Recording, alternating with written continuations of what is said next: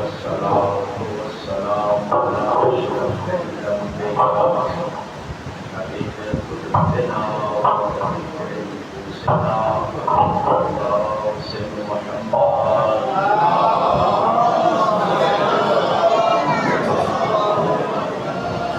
وعلى آله الطيبين الطاهرين المعصومين المنتقبين المنتجبين واللعنة الدائمة على أعدائهم أجمعين.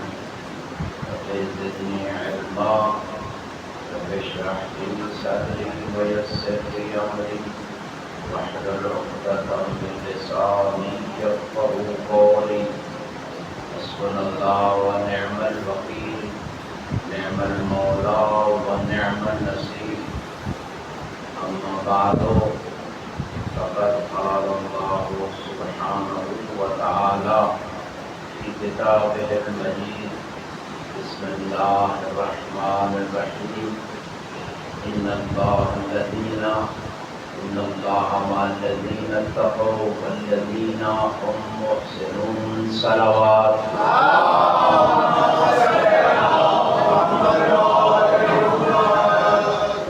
اذن مکرم آج تھوڑی سی تاخیر ہو گئی، انشاءاللہ کل وقت پہ آپ بھی تشریف لائیں گے. اپنی حاجات کی برابری کے لیے مل کے درود پڑھنے بعد محمد و آل محمد.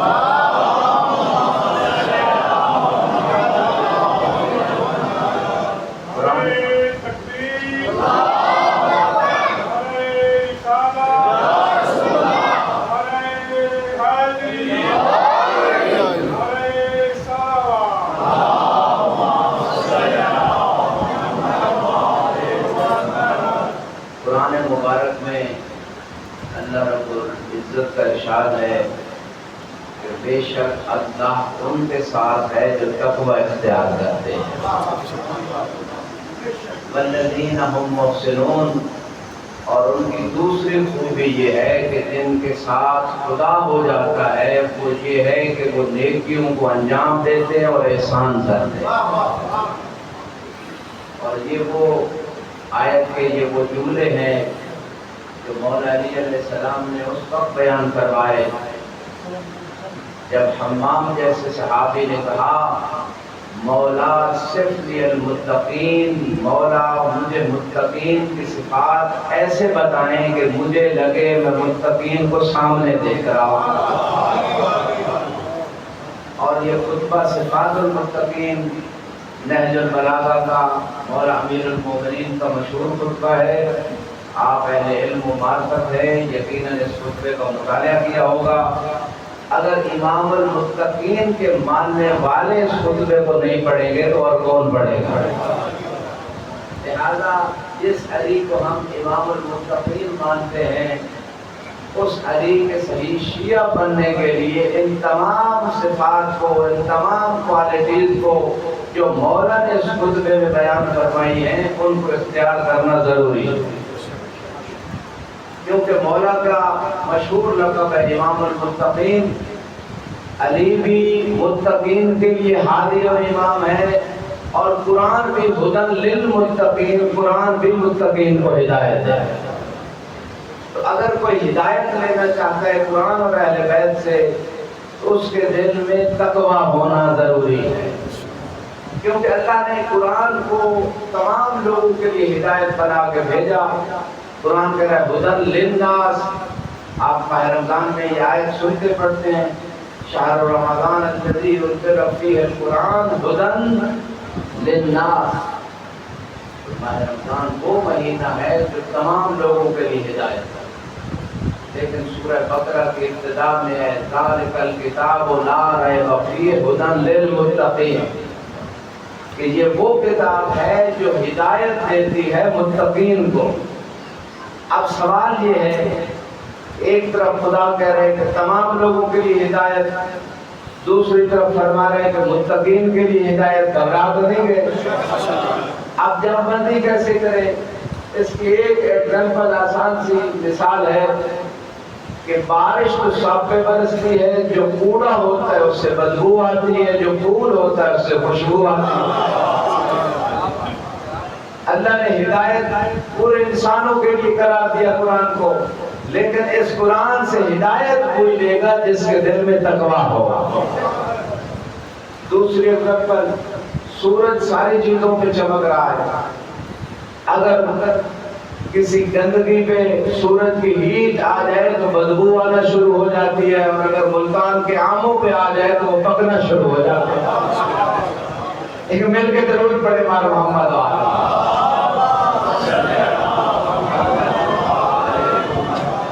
اگرچہ میں نے آج کئی 100 کلومیٹر کا سفر کیا اور کافی مجالس سے ضلع مظفر گڑھ میں، پھر آپ کے ملتان میں، شان حسین میں، اور ابھی آپ کی خدمت میں، لیکن انشاءاللہ میرے چہرے پہ آپ کو تھکاوٹ نہیں نظر آئے گی، لہذا تھکا دینے والا درود نہ پڑے، جگا دینے والا درود پڑے۔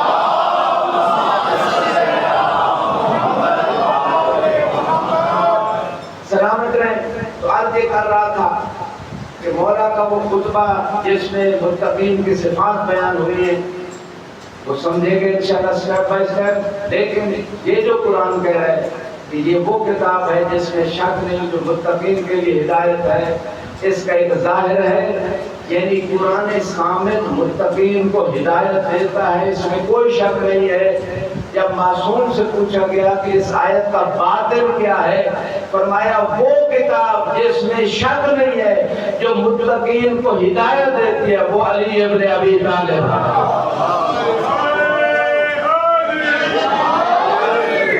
سلامت رہے۔ اور کچھ لوگوں نے نعرے میں شرکت نہیں کی، چونکہ علی کا نام لینا تو عبادت ہے، ان کے لیے اگلی بات عرض کر رہا ہوں، پوری توجہ چاہتا ہوں۔ قرآن میں آیت ہے قُلْ كَفَىٰ بِاللَّهِ شَهِيدًا بَيْنِي وَبَيْنَكُمْ وَمَنْ عِندَهُ عِلْمُ الْكِتَابِ۔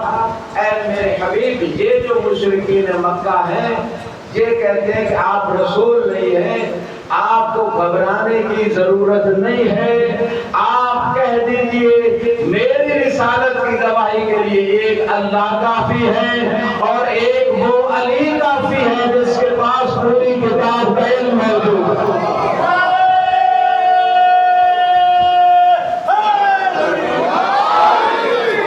سلامت رہیں، تا قیامت رہے۔ کچھ لوگ ابھی بھی علی کے ذکر میں شامل نہیں ہوئے، کیونکہ علی کا ذکر عبادت کہنا، اگر میری بات ہوتی تو آپ علی کا ذکر نہ کرتے۔ یہ تو وما ینطق عن الہویٰ کا مصداق نبی جو ہمیں قرآن دے رہے ہیں وہی یہ فرمان دے رہے ہیں ذکر علی العبادہ، کہ علی کا ذکر عبادت ہے، اور یہ وہ ذکر ہے جیسے کہتے ہیں 2 in 1، یہ 3 in 1 ہے۔ جب آپ لا الہ الا اللہ کہتے ہیں، جب اللہ کا ذکر کرتے ہیں فقط اللہ کا ذکر ہوتا ہے، جب رسول اللہ کا ذکر کرتے ہیں فقط رسول اللہ کا ذکر ہوتا ہے، لیکن جب علی کا ذکر کرتے ہیں تو خود اللہ کے حبیب فرماتے ہیں ذکر و زین مجالسکم بذکر علی ابن ابی طالب فإن ذکرہ ذکری و ذکری ذکر اللہ و ذکر اللہ عبادہ۔ اس مجلس کو زینت ہی نہیں ملتی اس مجلس میں علی کا ذکر نہ ہو، اور فرمایا علی کا ذکر، میرا ذکر، میرا ذکر، اللہ کا ذکر، اللہ کا ذکر عبادت۔ یعنی جب آپ علی کا ذکر کرتے ہیں رسول اللہ کا ذکر بھی ہو جاتا ہے، اللہ کا ذکر بھی ہو جاتا ہے، عبادت بھی ہو جاتا ہے۔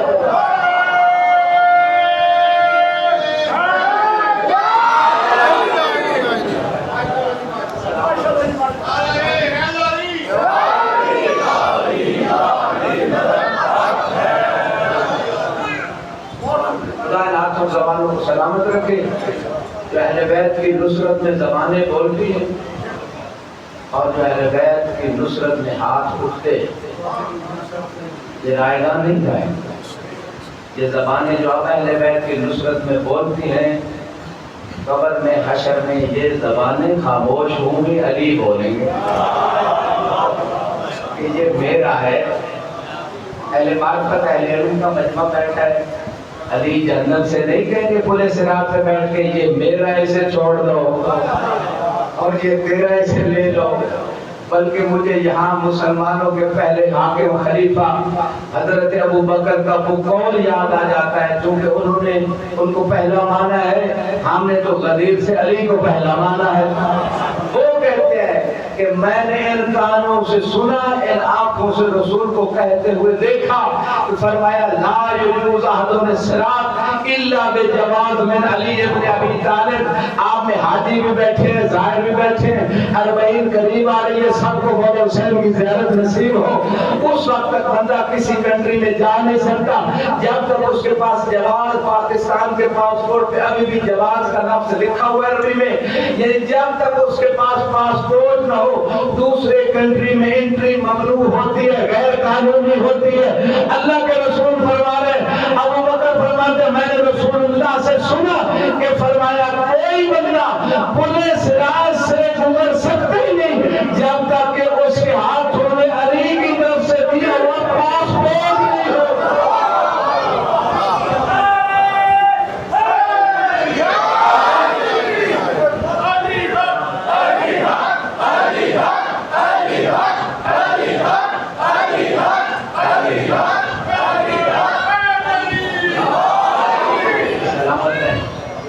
خدا ان ہاتھوں کو سلامت رکھے۔ اور یہی آیت جب مولا علی سے پوچھا گیا کہ مولا آپ کی شان میں اتنی آیتیں آئیں، اتنی حدیثیں آئیں، آپ کیا سمجھتے ہیں کہ آپ کی شان میں سب سے بڑی آیت کون سی ہے؟ مولا نے یہی آیت پڑھی، فرمایا میری شان میں اگر کوئی سب سے بڑی آیت ہے تو وہ یہی آیت ہے قُلْ كَفَىٰ بِاللَّهِ شَهِيدًا بَيْنِي وَبَيْنَكُمْ وَمَنْ عِندَهُ عِلْمُ الْكِتَابِ۔ کہہ دیجئے میرے حبیب تمہاری گواہی کی مجھے ضرورت نہیں ہے، میری رسالت کی گواہی کے لیے ایک اللہ کافی ہے، ایک وہ علی کافی ہے جس کے پاس پوری کتاب کا علم موجود ہے۔ مجھے اس بات پہ علی کہتے ہیں، پچھلے بندے جو قائل گلی میں بیٹھے ان کی طرف بھی متوجہ ہوں، ان کے ایمان کی تعزیز کے لیے، مجلس میں شرکت کے لیے، عبادت کے لیے جملہ عرض کرنے جا رہا ہوں۔ مولا علی فرماتے ہیں مجھے اس بات پہ فخر ہے کہ رسول اللہ کی رسالت کی گواہی کے لیے ایک طرف اللہ ہے، دوسری طرف میں علی ابن ابی طالب۔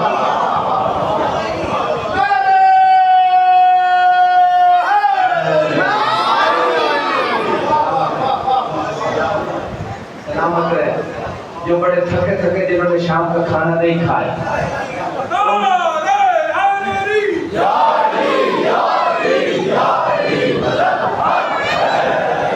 ان کے لیے اگلا جملہ اور پھر خطبہ صفات متقین کی طرف آ رہا ہوں۔ جملہ یہ ہے، کسی نے امام سے پوچھا مولا آپ کا مقام کیا ہے؟ کہا سلیمان نبی کے وزیر اکثر برقیہ کے پاس بعض کتاب کا تھوڑا سا علم تھا، اور یہ خود قرآن کہہ رہے ہیں قال الذی عنده علم من الکتاب۔ اہل علم جانتے ہیں من سبیز کے لیے آتا ہے، یعنی جس کے پاس کتاب کا تھوڑا سا علم تھا۔ اہل علم بیٹھے ہو، اہل معرفت بیٹھے ہو، اہل علم کو سنتے ہو، مطالعہ کرتے ہو، جس کے پاس امام نے فرمایا قرآن کہہ رہے تھوڑا سا کتاب کا علم تھا، وہ تخت بلقیس 500 میل کے فاصلے سے قرآن کہہ رہا انا آتی کبھی قبل ان یرتد الیک طرفک، اے نبی اللہ سلیمان میں تیرا وزیر آصف برقیہ تیری پلک جھپکنے سے پہلے اس بلقیس کا تخت لا سکتا ہوں، اور لا کے کھڑا کر دیا۔ اب جو جاگ رہے جو ایمان کی تعمیر میں آئے، جو قرآن ناطق پہ بھی شک نہیں کرتا، جو قرآن سامنے پہ بھی شک نہیں کرتا، جو سلمان اور عذر بننے آیا اس کے ایمان کا جملات کرو۔ امام نے فرمایا آج سے برقیہ کے پاس تھوڑا سا کتاب کا علم تھا، پلک جھپکنے سے پہلے 500 میل کے فاصلے سے بلقیس کو تخت کے ساتھ سلیمان نبی کے قدموں میں لا کے کھڑا کر دیا تھا۔ وَنَحْنُ عِندَنَا عِلْمُ الْكِتَابِ، ہم تو وہ اہل بیت ہیں جن کے پاس پوری کتاب کا علم ہے۔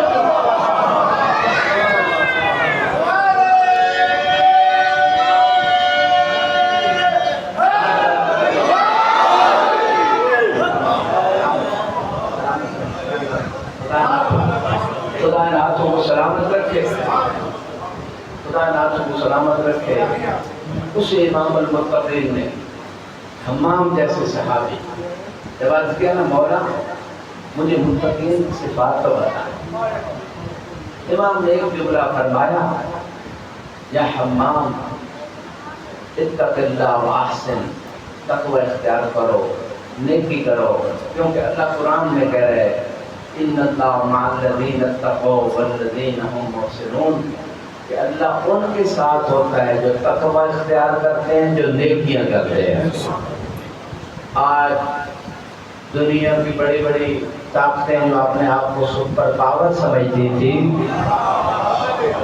اور جیسے ڈاکٹر اقبال نے کہا ابلیس کو یورپ کی مشینوں کا سہارا، ان کو اپنی اس ٹیکنالوجی اور اپنے اس جدید اسلحے پہ اعتماد تھا، لیکن جو علی والے تھے، جو متقین تھے، جن کے ساتھ اللہ تھا، جو تقوی اختیار کرتے تھے، جو نیکیاں انجام دیتے تھے، انہوں نے فقط اللہ پہ بھروسہ کر کے بتا دیا کہ سپر پاور دنیا کی کوئی طاقت نہیں ہے، اگر سپر پاور ہے اور جس کے ساتھ اللہ ہے وہ ہم ایمان والے ہیں، وہ ہم مجتہدین کی تقلید کرنے والے ہیں، وہ ہم اہل بیت کے ماننے والے ہیں۔ اور یہودیوں نے سوشل میڈیا پہ یہ ٹرینڈ چلایا تھا، خیبر واز یور لاسٹ چانس، کہ خیبر تمہاری مسلمانوں آخری فتح تھی۔ ان کو پتہ نہیں تھا کہ خیبر میں 39 دن جن سے مقابلہ ہوتا رہا وہ اور تھے، اور 40ویں دن جس علی سے مقابلہ ہوا وہ اور ہے۔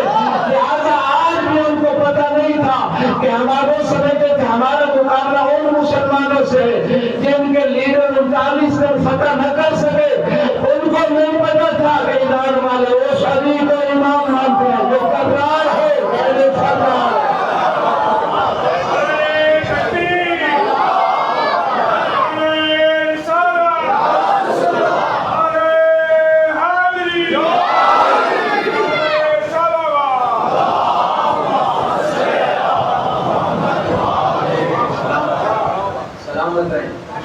دنیا نے معجزہ دیکھا، ساری شیطانی طاقتیں ایک طرف، ان کے منافق حکمران ساتھی اسلامی ممالک ایک طرف، اور یہ دوسرے اکیلے ایک طرف، چونکہ انہوں نے تقوی اختیار کیا، انہوں نے نیکیوں کو انجام دیا۔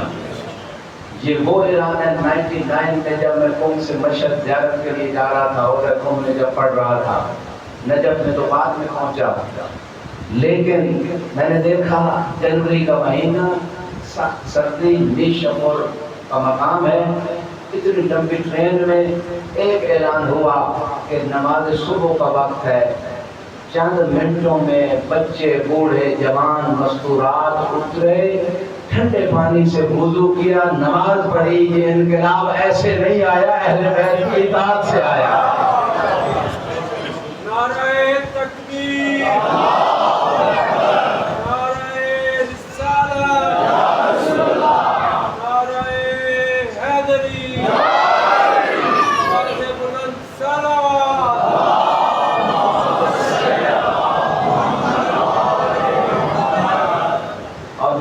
بات مراج نجف سے سنا تھا بلا تشریح، جیسے مولا حسین کے ساتھ ایسے ساتھی تھے، اگرچہ قلیل تھے، جو شب عاشور بھی ساری رات عبادت کرتے رہے، جو موت کو سعادت، شہادت کو سعادت، موت کو گلے لگانا نعمت سمجھتے تھے۔ اسی طرح آقا خمینی کے ساتھ بھی ایسے لوگ تھے جو راتوں کو اٹھ کے نماز شب پڑھتے تھے۔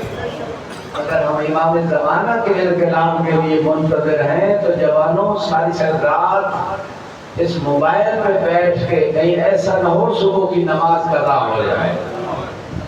اگر ہم امام کے سچے منتظر اور متقی ہیں تو مومن کی نماز کبھی قضا نہیں ہوتی، بلکہ معصوم فرماتے ہیں کہ ہمارے شیعوں کو نماز کے اوقات میں پہچانو، اگر اول وقت میں نماز پڑھتے ہیں تو ہمارے شیعہ ہیں، جو ہی وقت ہو جائے نماز پڑھیں، جلوس میں جا رہے ہیں سڑک پہ، باوضو کے ماتم کے لیے جائیں، لیکن جو ہی نماز ہو، اگر با جماعت ہو تو بہت بڑی بات ہے، نعمت ہے، اور دنیا کو بتائیں کہ ہم اس امام حسین کے ماننے والے ہیں جنہوں نے کربلا میں تیروں کی بارش میں نماز جماعت ادا کی۔ لبیک یا حسین، لبیک یا حسین، لبیک یا حسین، لبیک یا حسین، نعرہ حیدری۔ زیادہ تقویٰ پہلی شرط ہے۔ آج بھی میں کہیں یہ حدیث بیان کر رہا تھا، مشہور حدیث ہے، میری امت کے 73 فرقے ہوں گے، 72 جہنمی، ایک جنتی ہے۔ سب شیعہ کہتے ہیں ہم تو پکے جنتی ہیں، لیکن امام باقر ان کی ذات پہ ضرورت پڑے گا۔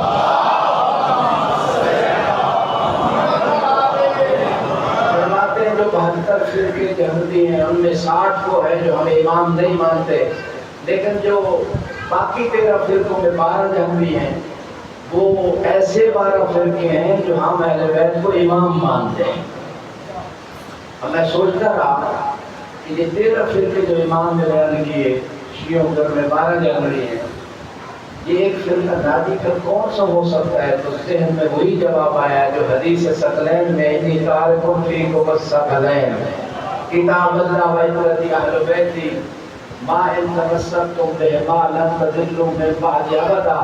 کہ 2 گراں قدر چیزیں چھوڑ کے جا رہا ہوں، ایک قرآن، دوسری اہل بیت، دونوں کا دامن جب تک پکڑے رہو گے گمراہ نہیں ہوگے۔ سب کہتے ہیں ہم نے دامن پکڑا ہوا ہے، لیکن دامن کب پکڑا جائے گا؟ جب قرآن و اہل بیت کی ساری تعلیمات کو سمجھ کے عقیدہ بھی بنایا جائے گا، عمل بھی کیا جائے گا۔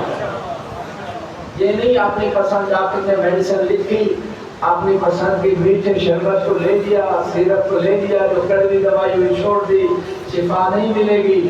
اسی طرح نجات کے لیے پورے دین کو سمجھنا ہے، پورے دین پہ عمل کرنا ہے، اور اس بات کی تائید قرآن نے کی ہے، یا ایھا الذین آمنوا ادخلوا فی السلم کافۃ ولا تتبعوا خطوات الشیطان انہ لکم عدو مبین۔ اہل دنیا میں تمام مسلمان فرقوں میں دیکھ لیں، اغلب جو ہیں وہ پارٹ آف اسلام کا تھوڑا سا حصہ لے لیتے ہیں اپنی مرضی کا، باقی چھوڑ دیتے ہیں، جہاں فائدہ ہو دنیا کا لے لیا، جہاں نقصان ہوا چھوڑ دیا۔ ایسا اسلام خدا قبول نہیں کر رہا۔ فرمایا اے ایمان والو پورے طور پہ سارے اسلام میں داخل ہو جاؤ اور شیطان کے راستوں کی پیروی نہ کرو، یہ تمہارا کھلا دشمن ہے۔ اور دوسری آیت میں فرمایا وَمَن يَبْتَغِ، گھبرا تو نہیں گئے، آپ تو اس گھرانے کے ماننے والے ہیں جن کی کلیزیں فضہ جیسی 20 سال تک ہر بات کا جواب قرآن سے لیتے ہیں۔ قرآن سے اتنا تعلق آپ کا ہونا چاہیے، کسی اور کا نہیں ہونا چاہیے۔ آپ تو اس مولا حسین کی مجلس میں بیٹھتے ہیں جو لیزے میں بھی قرآن کی تلاوت کرتے ہیں۔ یہ ظاہر قرآن ہے۔ جوانوں پورے اسلام میں آپ کی آنکھ اٹھنے سے پہلے آپ سوچیں کہ یہ میرا دیکھنا امام کو پسند ہے یا نہیں ہے۔ میڈیا پہ بیٹھے ہیں یا بازار میں جا رہے ہیں، کان کوئی چیز سن رہے ہیں، سننے سے پہلے سوچیں اللہ رسول اہل بیت اس پہ راضی ہیں یا نہیں ہے۔ یہ جو کہتے ہیں نا ہم علی کو مولا مان لیا، اس کا مطلب یہ ہے کہ آپ کا بولنا، آپ کا دیکھنا، آپ کا سننا، آپ کا کھانا، آپ کا سونا، آپ کا پینا، آپ کا سلام کرنا، آپ کا بزنس کرنا، آپ کا ہر ظاہری باطنی فعل ایسا ہونا چاہیے کہ جس پہ امام راضی ہو جائے۔ آپ کی سوچوں پہ بھی امام کے حکم کا پہرا ہونا چاہیے، پھر کہے میں علی کو مولا مانتا ہوں، پھر سلمان و ابو ذر بنے۔ فقط زبانی جائلی کرنے سے بندہ مولا والا نہیں ہو جائے گا۔ اور خطبہ صفات متقین جیسے میں نے عرض کیا تو عرض کر رہا تھا، قرآن کہہ رہے پورے طور پہ اسلام میں داخل ہو جاؤ، 24 گھنٹے آپ کے اسلامی رولز کے مطابق ہونے چاہیے۔ نہیں پتا علماء سے پوچھیں، فاسألوا اہل الذکر ان کنتم لا تعلمون، اگر تم نہیں جانتے ہو تو جاننے والے سے پوچھ لو۔ اگر امام حاضر ہو ظاہر ہو تو امام سے پوچھیں گے، امام غیب ہیں تو غیبت کے زمانے میں خود امام نے فرمایا فقہا سے پوچھیں، وہ تمہارے اوپر حجت ہے۔ اور جس قوم نے امام کی اطاعت کرتے ہوئے فقہا کی تقلید کی، دنیا نے دیکھا آج دنیا کی سپر پاور کی فرعونیت خاک میں ملی ہے تو فقہا کی پیروی کی وجہ سے تقلید کی وجہ سے، ورنہ کوئی اور قوم ہوتی۔ اس ملک میں تو ایک لیٹر بھیج دیا جائے تو حکومت گر جاتی ہے، وہاں کیوں نہیں گئی؟ ان کو پتا تھا امام زمانہ کا نائب بیٹھا ہے، جیسے حکم دے گا ویسے کریں گے۔ جب قوم ساتھ کھڑی ہو تو سپر پاور جیسی جزیریت کی ناپ کی رگڑ دی جاتی ہے، اور اگر قوم ساتھ نہ ہو تو علی جیسے امام 23 سال گھر میں بیٹھتا ہے۔ یا امام المنتظر، یا امام المنتظر، یا امام المنتظر۔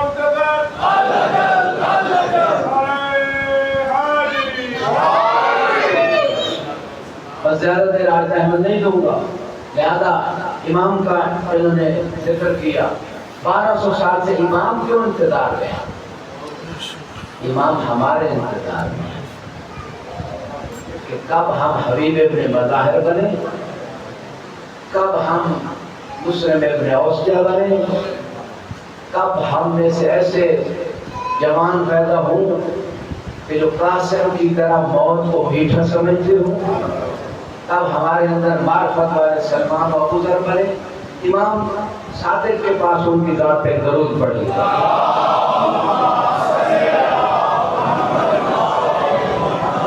ایک شخص خراسان سے، آج اسے مشرق کہتے ہیں، خراسان سے آیا، مولا آپ کے ساتھ خراسان سے بہت سارے لوگ ہیں، آپ اپنے حق کے لیے قیام کریں۔ شاید بات کا ہم نے سنا ہو، ہمارے مولا کے ساتھ امام نے فرمایا یہ دل کا نور جاگ رہا ہے، جاؤ اس میں چھلانگ لگا دو۔ اپنے دل سے پوچھیے گا، مجھے نہ بتائیے گا، اگر آج امام آ جائیں اور ہمیں کہیں جلتی ہوئی آگ میں چھلانگ لگا دیں، کیا ہم تیار ہیں؟ اور سامنے موت ہو، ایک بندے نے چلو ہاتھ رکھ کیا، دو دن کا ایسا چالا، اس مومن نے کہا مولا مجھے معاف کیجیے، کہہ رہا تھا چھوٹے چھوٹے بچے ہیں، پتہ نہیں میں نے نہ وصیت کی ہے نہ کوئی ان کے کھانے پینے کا انتظام۔ اتنے میں ایک معرفت والا مومن آیا جس کا نام روایت میں ہارون مکی، وہ آیا، مولا نے کہا ہارون ذرا جلتے ہوئے تنور میں چھلانگ تو لگا دو۔ اس نے نہیں کہا مولا میں ذرا وصیت کر رہا ہوں کہ کھانا پانی گھر میں لے کے دے کے آ جاؤں، فوراً چھلانگ لگا دی۔ مولا نے دوسرے صحابی جو تھا اس سے فرمایا اس تنور کے اوپر ڈھکنا دے دو، جو جاگ رہے تنور کے اوپر ڈھکنا دے دو۔ یہ خراسان والا پریشان حال کمزور ایمان والا مومن پریشان بیٹھا تھا، اب تو وہ ہارون جل گیا ہوگا۔ تھوڑی دیر جب گزری امام نے فرمایا ڈھکنا ہٹاؤ، ذرا ہارون کو جب بلایا، ہارون کو اس صحابی نے ڈھکنا ہٹایا تھا، اس سے پوچھا کیا حالت ہے؟ دیکھا ایسے بیٹھے ہے جیسے ابراہیم کے لیے آگ گلزار ہو گئی تھی، اس لیے ہارون کے لیے بھی آگ گلزار ہو گئی۔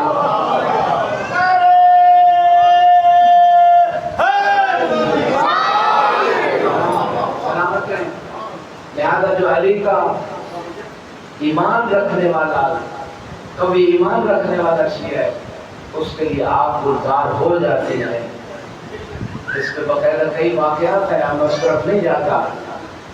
تو معصوم فرما رہے ہیں کہ پورے طور پہ دین میں داخل ہو جاؤ، آپ کی ہر حرکت ہر فعل وہ دین کے مطابق ہونا چاہیے۔ اور جس طرح اولاد آپ ہوتی ہے والدین کی نافرمانی سے، ان کو اذیت دینے سے، ان کی سرٹ کرنے سے، اگر والدین اپنی اولاد کو دین نہ سکھائیں تو اولاد کی طرح، جس طرح اولاد آپ ہوتی ہے، روز قیامت والدین بھی آپ ہوں گے۔ اور آپ کے بارے میں ہے کہ وہ جنت کی خوشبو 500 میل کے فاصلے سے بھی نہیں سوکھ سکتا۔ لہذا تھوڑی دنیا کے لیے ہم اپنے بچوں کو دین سے دور نہ کریں۔ آن لائن کسی مسجد میں مولوی صاحب کے پاس توضیح المسائل، سیرت اہل بیت، قرآن کا ترجمہ، گناہ کبیرہ، یہ چند کتابیں ضرور اس میں بھی کروائیں۔ دنیا کی ٹیوشن کے لیے ہزاروں روپے ہم دیتے ہیں، چند دن کی زندگی کے لیے، آخرت کے لیے بھی ان کا حق ادا کیا جائے۔ اور بلکہ یہاں پہ میں کہوں گا کہ یہ جو آیت کہہ رہی ہے اے ایمان والوں پورے طور پہ اسلام میں داخل ہو جاؤ، شیطان کے راستوں سے بچ جاؤ، اس آیت کا ایک ظاہر ہے، ایک باطن ہے۔ امام نے اپنے صحابی سے پوچھا جانتے ہو وہ باطن کیا ہے؟ کیونکہ قرآن کہہ رہے بما یعلم تاویلہ الا اللہ والراسخون فی العلم، کہ قرآن کا باطن وہی جانتا ہے، ایک تو اللہ جانتا ہے اور دوسرا قرآن کا باطن وہ جانتا ہے جن کے پاس علم میں رسوخ ہے، جو علم میں پختہ ہے، اور وہ محمد و آل محمد ہے۔ پوری توجہ چاہوں گا، وہ علم میں جو راسخ ہیں وہ قرآن کے باطن کو جانتے ہیں۔ امام فرماتے ہیں قرآن کے 70 باطن ہیں، 70 کے 70 ہم جانتے ہیں۔ بعض روایات میں ہے کہ قرآن کا باطن اہل بیت کے فضائل کے بارے میں آئے. اس لیے اللہ کے حبیب نے فرمایا تھا یا علی انا قتلت علی التنزیل وانت تقاتل علی التعویل. اے علی مجھ سے جو جنگیں ہوئی وہ قرآن نازل ہونے پہ ہوئی کہ قرآن کو لوگ مانتے نہیں تھے, قرآن کا ظاہر کر کے ملکے ہو گئے تھے, لیکن آپ سے جو جنگیں ہوں گی وہ قرآن کی تعویل پہ ہوں گی, یعنی آپ کے فضائل کے انکار پہ جنگیں ہوں گی. اسی بات کے تتمہ میں کہنا چاہتا ہوں آپ کی ایمان کی تازگی کے لیے. امام نے فرمایا یہ جو اللہ فرما رہا ہے باقی قرآن میں, یہ جو اللہ فرما رہا ہے اے ایمان والو سلم میں پورے طور پہ داخل ہو جاؤ. جانتے ہو کیا مطلب ہے؟ مولا نہیں جانتا. اس کا مطلب یہ کہ اللہ کہہ رہا ہے اے ایمان والو علی کی ولایت و امامت کے عقیدے میں پورے طور پہ داخل ہو جاؤ.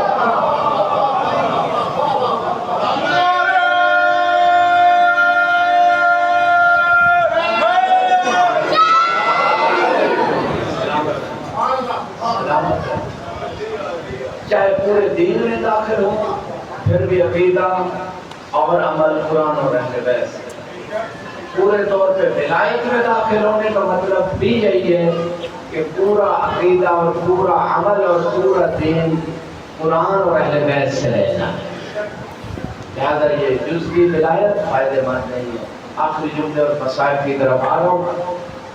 امام نے فرمایا حمام تقوی اختیار کرو, اللہ تقوی اختیار کرنے والوں کے ساتھ ہے اور اللہ نیکیاں کرنے والوں کے ساتھ ہے. یہ حمام صحابی راضی نہیں ہوا, کہا مولا مجھے تفصیل بتائیے. پھر امام نے تفصیلی خطبہ دیا اور اس خطبے میں پہلا جملہ یہی ہے المتقون ہم اہل الفضائل. لوگ تو اہل بیت کے فضائل نہیں مانتے, علی کے فضائل نہیں مانتے, جو امام المتقین ہے خود امام المتقین فرما رہے ہیں میرے فضائل تو دور کی بات, جو متقی بن جاتے ہیں دنیا کے لوگوں میں وہی لوگ اہل فضائل ہے. اگر فضیلتیں کسی کو ملی ہے تو متقی لوگوں کو ملی ہے. جو پرہیزگار لوگ ہیں فضیلتیں خدا نے انہیں لوگوں کو دی ہے. کل یہ خطبہ نہج البلاغہ کا ضرور اس کو اسٹڈی کر کے آئے تاکہ نوجوانوں کو پتہ چلے امام نے وہ فضائل کون سے بیان فرمائے ہیں کہ جو اس خطبے کے اندر موجود ہیں. فضائل جمع ہے اور اس پہ الف لام ہے, اور جب جمع پہ الف لام آ جائے تو یہ بلاغت کا قاعدہ ہے کہ وہ تمام فضائل تمام وہ چیزیں مراد ہوتی ہیں جو اس کے نیچے آتی ہیں. لہذا تمام فضائل اگر اللہ نے کسی کو عطا کی ہیں وہ متقین کو ہیں یا متقیوں کے امام کو عطا کی.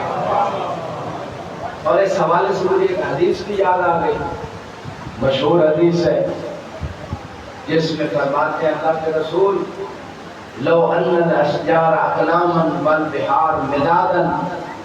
تھک تو نہیں گئے؟ ایک درود پڑھیے گا.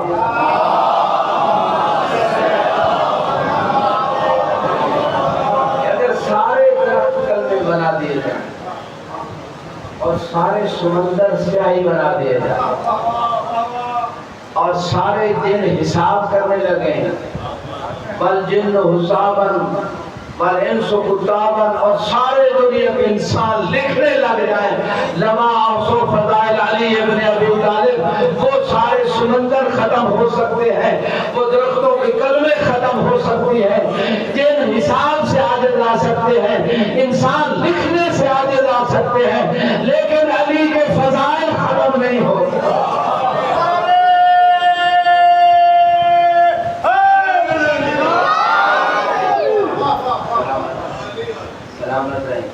جس علی کے اتنے فضائل ختم ہی نہیں ہوتے تو وہ پھر امام زمانے ہی آ کے بیان کریں گے.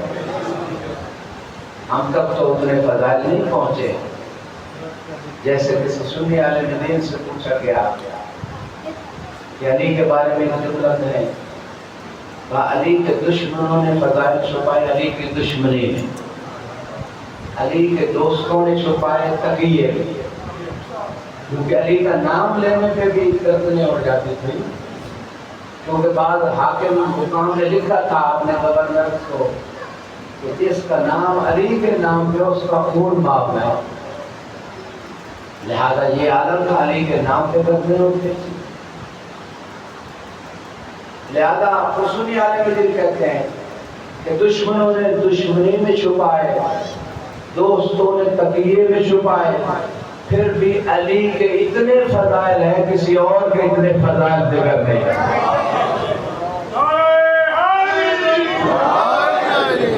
سلامت رہے آخری جملہ آپ کی ایمان کی تازگی کے لیے، اہل سنت علیہ دین نے سنی شیعہ بھائیوں کے ایمان کی تازگی کے لیے جو باہر بیٹھے ہیں ان کو بھی اس فضیلت اس عبادت میں شامل کرنے کے لیے ایک سنی عالم دین سے پوچھا گیا، دوسرے سنی عالم دین سے تفتزانی طاہر ان کا نام ہے، مشہور عالم دین ہے، لوگ ادب عربی میں لغت عربی میں ان کا مشہور نام ہے، ان سے پوچھا گیا کہ علی کی ایک جملے میں علی کے فضائل کو بیان کرو، تو میں کہتا ہوں جو جملہ انہوں نے بیان کیا یقیناً وہ کمالات اللہ کے ذاتی ہیں، اللہ کسی کا محتاج نہیں ہے، لیکن علی کو اللہ نے عطا کیے، تشریح پہلے بیان کر رہا ہوں، لیکن اب بھی اگر کوئی بندہ خاموش رہے شک کرے تو میں سمجھتا ہوں وہ سنی عالم دین کی ماں کو بھی سلام ہے جو علی کی اتنی معرفت رکھتا ہے، اور علی کے فضائل کے سمندر کو اس نے ایک جملے میں کوزے میں بند کر دیا،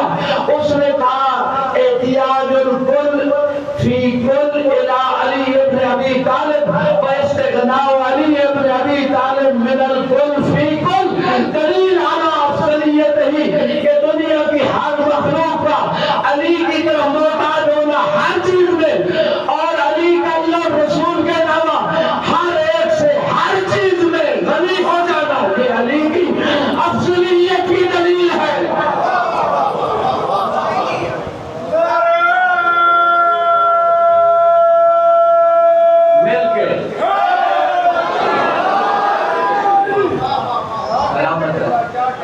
سلامت خوش قسمت ہو کہ اس علی کو امام مانتے ہو جس پہ کائنات فخر کرتی ہے، جس پہ خود اللہ فخر کرتا ہے۔ یہ جملہ میں نے ایسے نہیں کہہ دیا، خود اللہ فخر کرتا ہے علی۔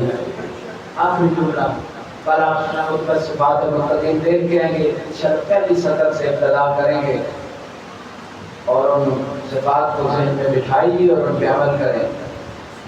شب ہجرت تھی، اور شب ہجرت جب علی بستر رسول پہ سو رہے تھے، کیا کہنے لوگ علی کی پوری ذات پوری زندگی کا مقابلہ کرنا چاہتے ہیں، علی کی ایک رات کے سونے کا مقابلہ نہیں کر سکتے۔ لوگ کہتے ہیں فلاں علی سے افضل، فلاں علی سے افضل، بھئی علی کی ایک رات کے سونے کا کوئی مقابلہ نہیں کر سکتا، علی کی ایک ضربت کا کوئی مقابلہ، افضل من عبادت الثقلین، علی کی پوری زندگی کا مقابلہ کیسے ہو سکتا ہے؟ وہ سونا جو اللہ کو اتنا پسند آیا کہ علی کی جان کو خرید لیا، اپنی مرضیاں دے دی، گھبرا تو نہیں گئے۔ علی جان رسالت بھی ہے، یہ مبالغہ کے ایام میں کسی اہل سنت عالم دین کے ساتھ کسی چینل پہ ایک گفتگو اور بحث تھی مبالغہ کے حوالے سے، جو بھی علی کی فضیلت آتی وہ اس کا انکار کرتا، تعبیر کرتا، ادھر لے جاتا ادھر لے جاتا۔ اہل سنت حلال زادے بھائیوں نے بھی کمنٹس کیے کہ بھائی یہ عجیب مولوی ہے، کہتا ہے میں سنی ہوں، علی کے فضائل کا انکار کرتا ہے۔ علی کل حال وہ مناظرہ موجود ہے۔ میں نے کہا انفسنا کا جو لفظ ہے آیت مباہلہ میں، اللہ کہہ رہے اپنی جانوں کو بھی لے جاؤ۔ 40 کے قریب معتبر اہل سنت علماء نے لکھا ہے کہ اللہ کے حبیب نسانا کی جگہ جناب زہرا کو لے گئے، ابنانا کی جگہ اپنے حسن حسین کو بیٹا بنا کے لے گئے، اور جان کی جگہ انفسنا کی جگہ علی کو جان بنا کے لے گئے۔ یہ تو پھر رسول کے برابر ہونا لازمی آئے گا۔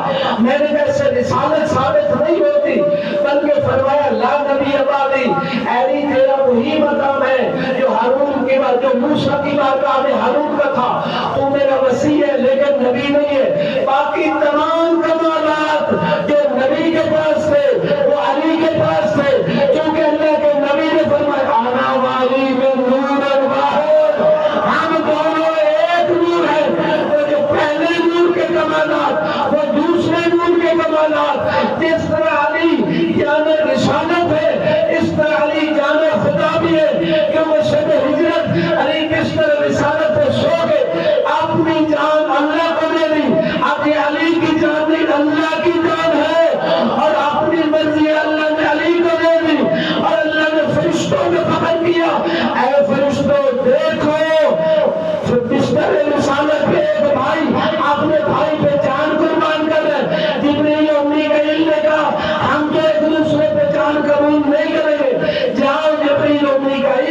علی کی جاگے ایک سراندی کھڑا ہو گیا سر کی طرف ایک پانٹی کی طرف دونوں آئے پہلے اللہ علی کے فضائل فرشتوں میں پڑھ رہا تھا پھر یہ دونوں فرشتے علی کو علی کے فضائل سنا رہے تھے اور کہہ رہے تھے بخر لگا یا ابن ابی طالب من نشمکا ان اللہ کا تحابے کر مرائے علی مبارک ہو آپ جیسا کون ہو سکتا ہے خود اللہ تمام فرشتوں میں آپ پہ فخر فرما رہا ہے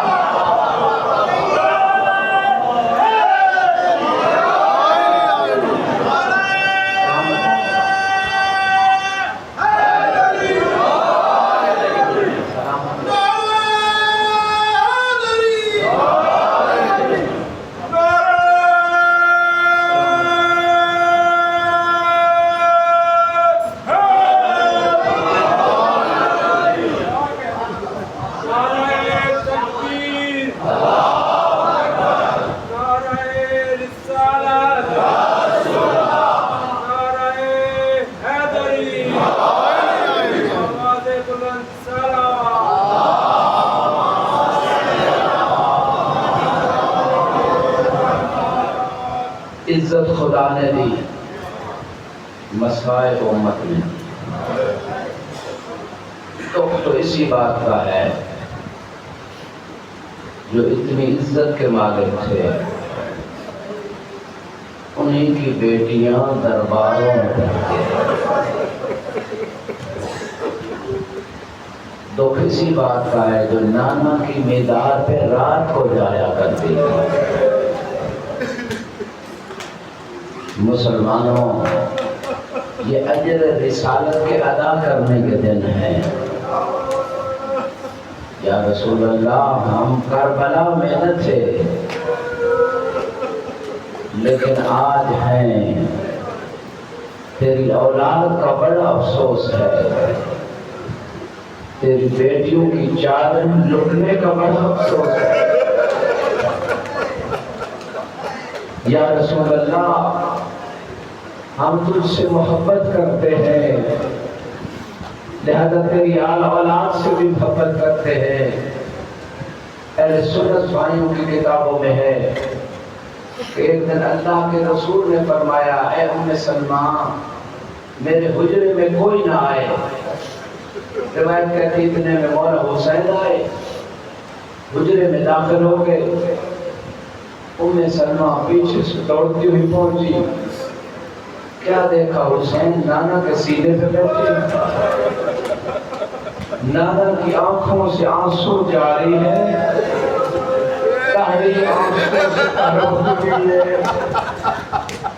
کہا یا رسول اللہ آپ کیوں گریہ فرما رہے ہیں کہا ابھی جبریل نے مجھے خبر دی ہے جس حسین سے اتنا پیار ہے یہی تیرا لاڈلا 3 دن کا پیاسا تیری امت کے ہاتھوں کربلا کی زمین پہ شہید کر دیا جائے اجر کو اللہ حضرانو جبریل نے مجھے کربلا کی مٹی لا کے دی ہے یہ وہ سرزمین ہے جس پہ تیرا حسین مارا جائے گا ام سلمہ یہ مٹی پاس رکھ لو جب اس مٹی سے خون ابلنے لگے سمجھ جانا میرا حسین مارا گیا ہے بڑے حوصلے سے عزیزانو سنتے آنا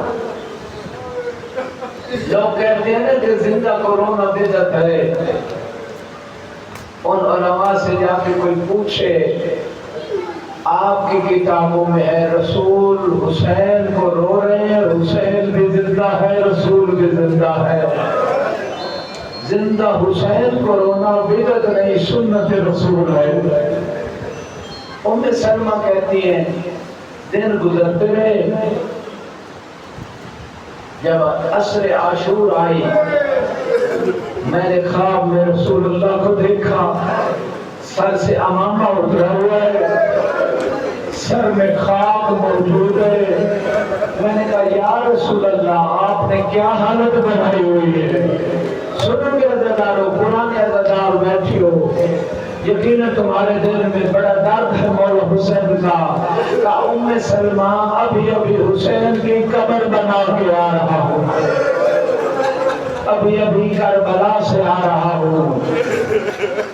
اللہ خواب سے بیدار ہوئی، دوڑی ام سلمہ اس شیشے کی طرف جس میں کربلا کی خاک پڑی تھی، دیکھا تازہ خون نکل رہا ہے۔ ام سلمہ نے ماتم شروع کیا، گریہ شروع کیا۔ میری بہنوں بیٹیوں، مدینے کی عورتیں جمع ہوئی، کہا ام سلمہ کیا بات ہے؟ کہا ایک تو خواب میں اللہ کے رسول نے بتایا ہے، دوسرا مجھے فرمایا تھا جب یہ مٹی خون ابلنے لگے سمجھ لینا میرا حسین مارا۔ اجرکم اللہ، اجرکم اللہ۔ بڑے حوصلے سنتے ہیں اللہ دارو۔ آج یکم محرم گزری ہے، ہر امام نے اپنے انداز میں یہ محرم منایا ہے، اپنے چاہنے والوں کو حکم دیا ہے ایسے مناؤ کہ جیسے کربلا والوں نے منایا تھا۔ ساتھ میں امام فرماتے ہیں جب محرم کا چاند نظر آتا تھا لا یرا ابی زاہدن، پھر میرے بابا کو کوئی مسکراتے ہوئے نہیں دیکھتا تھا، اور جب 10ویں محرم کا دن آتا تھا میرے بابا کی آہو بکا بڑھ جاتی تھی، گریہ بڑھ جاتا تھا، ماتم بڑھ جاتا تھا۔ اللہ تعالیٰ یہ رونے کے ایام ہے، یہ شفاعت لینے کے ایام ہے، یہ اجر رسالت کی ادائیگی کے ایام ہے۔ اتنا کریم گھرانہ ہے، فرماتے ہیں رو یا رلاؤ یا رونے کی کوشش تو کرو، رونے کی شکل بناؤ، تمہارے لیے جنت ہے۔ اللہ تعالیٰ میں نے روایت میں پڑھا ہے اگر آنسو چند آنسو نکل آئے اور رخساروں پہ آ جائے، امام فرماتے ہیں اللہ اس کے پچھلے گناہوں کو بخش دیتا ہے۔ یہ بخشش کے ایام ہے، یہ ہدایت کے ایام ہے۔ عزیزانو، امام منتظر جس کے انتظار میں ہو، زیارت ناہیہ میں فرماتے لعن بننا کا صباحا و مسان۔ سنی شیعہ بھائیو، ہم 10 دن روتے ہیں، 12 امام 1200 سال سے فرماتے ہیں دادا میں صبح بھی گریہ کرتا ہوں، شام بھی گریہ کرتا ہوں۔ اگر دارو ندبہ عام گریہ کو نہیں کہتے، بلند آواز سے رونے ہوئے اجرکم اللہ۔ چھٹے امام فرماتے ہیں اللہم ارحم تلک الصرخہ التي كانت لنا، پروردگار اس کی خوب پکار پہ رحم کرنا جو ہمارے غم میں ہوتی ہے۔ یہ 12 امام فرماتے ہیں لعنت بنک ولا ابکینک بدل دموع دما۔ دادا لوگ آنسو روتے ہیں، پتھر دل کا مرزام نہیں۔ 12 امام 1200 سال سے فرما رہے ہیں لوگ آنسو روتے ہیں، میں خون روتا ہوں۔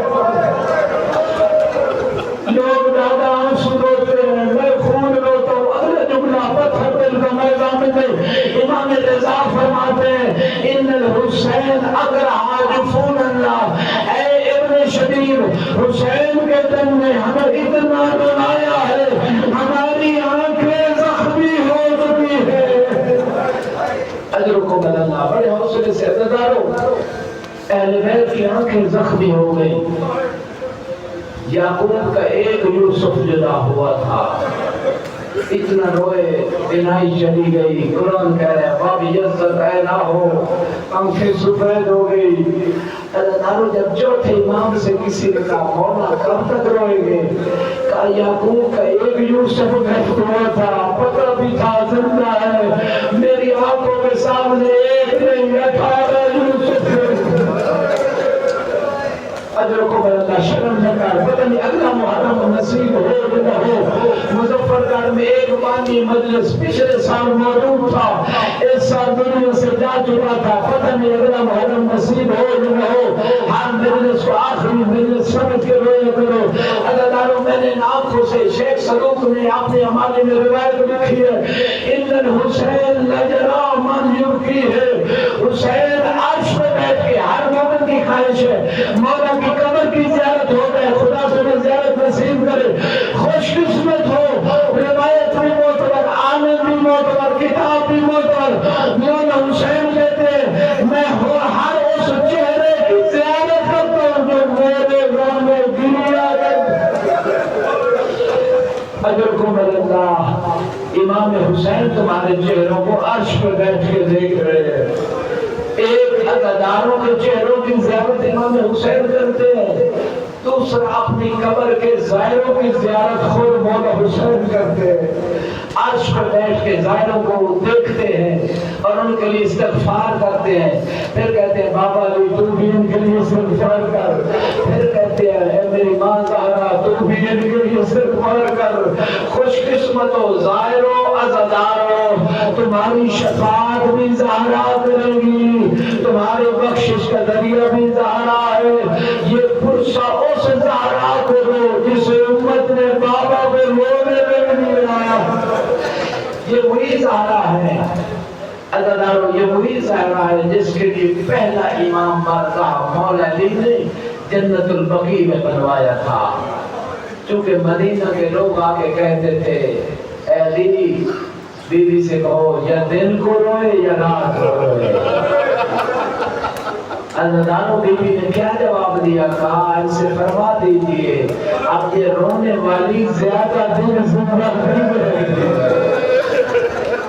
یہ وہی بیوی ہے جس کا پہلو زخمی تھا، کوئی حسن و حسین سے اتنا پیار تھا بیوی کو کہ آخری وقت میں اس مشکل میں اٹھی اپنے بستر سے، دونوں شہزادوں کے سر دھلوائے ہیں، علی مولا گھر میں تشریف لائے، کہا بنت پیغمبر تیری حالت تو بچی ہے ایسی کہ تو ان کے سر دھلواتی، تو فرصت لے آئے ہو میری بہنوں بیٹی اور جملہ سنیے گا۔ بیوی فرماتی ہے علی میں نہیں چاہتی میرے بعد حسن و حسین یتیم نظر آئے۔ اجرکم اللہ، خدا ہمیں اہل بیت کے علاوہ کوئی غم نہ دے۔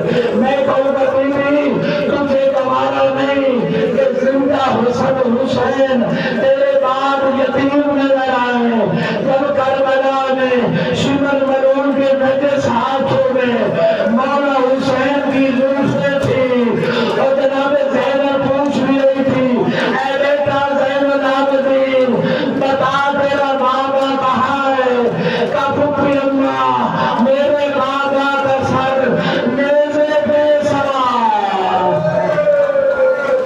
اجرکم اللہ، اجرکم اللہ۔ بس پھر یہ ہو چکا، آخری ترجمے سن لیجیے گا عزاداروں، یہی بیوی ہر مقام پہ زندگی کے بعد بھی مولا حسین کے ساتھ رہی، یہاں سر جاتا وہاں زہرا جاتی۔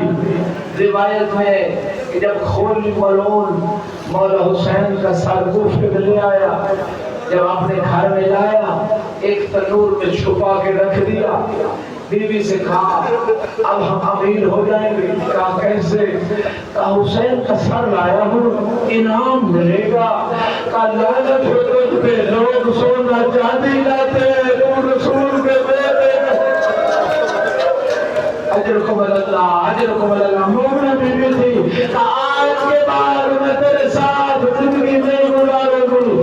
یہی مومنہ کہتی ہے میں نے دیکھا اسی تنور سے نور آسمان کی طرف جا رہا تھا، کچھ بیویاں اتری، ایک بیوی کہتی تھی اے حسین اور تجھے پیاسا مار دیا گیا، اے حسین اور جس سے چکیاں پیس کے۔ اجرکم اللہ، اجرکم اللہ۔ میں پھر کہہ دیتا ہوں ہے میرا بیٹا اور میں نے چکیاں پیس پیس کے بالا تھا، اور فراق تو میرا حق مہر تھا، اور جس سے جانور تو پانی پی رہے تھے اور تجھے پیاسا روا کر دی۔ اجرکم اللہ، اجرکم اللہ۔ بس آخری جملے عزاداروں، ہر معصوم نے اپنے انداز میں عزاداری منائی۔ جب امام زین العابدین سے کسی نے کہا مولا کب تک روئیں گے؟ القدر لکم عادہ وکرامتکم من اللہ شہادہ، قتل ہونا آپ کی عادت ہے، جو ابھی تک نہیں روئے اس کے لیے جملے ہیں۔ شہادت آپ کی کرامت ہے، آپ کے دادا علی قتل ہوئے، آپ کے چچا حسن شہید ہوئے، آپ کے بابا شہید ہوئے، کب تک روتے رہے گے؟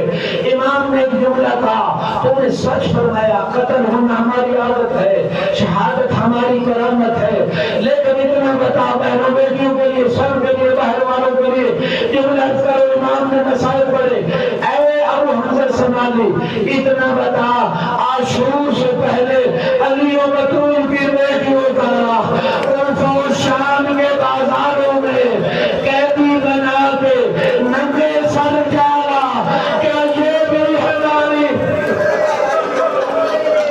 کیا یہ بھی ہماری عادت ہے؟ الا لعنت اللہ علی قوم الظالمین وسیعلم الذین ظلموا ای منقلب ینقلبون۔ پروردگار بحق محمد و آل محمد اس قلیل سے عبادت کو اپنی بارگاہ میں قبول و مقبول فرما، ہمارے صغیرہ کبیرہ گناہوں سے درگزر فرما، امام زمانہ علیہ السلام کے قبور میں تعدیل فرما، ہمارے امام کو ہم سے راضی فرما، جو مریض ہے انہیں شفا کاملہ عطا فرما، بانیان کی کوشش کو اپنی بارگاہ میں قبول فرما، سب کے رزق حلال میں اضافہ فرما، سب کو اہل بیت کی زیارت و شفاعت نصیب فرما، سب مومنین کے مرحومین کے درجات کو بلند فرما، شہداء ملت کے درجات کو بلند فرما، علماء اعلام کا و مراد الزام کا سایہ ہمارے سروں پہ قائم و دائم فرما، جو مومن مریض ہیں مریض کربلا کے صدقے میں سے شفا کاملہ عطا فرما، جو بے اولاد ہیں ان کو اولاد نرین عطا فرما۔ ایک مرتبہ سورہ فاتحہ تمام مومنین، پروردگار ایران کی جیسے تو نے پہلے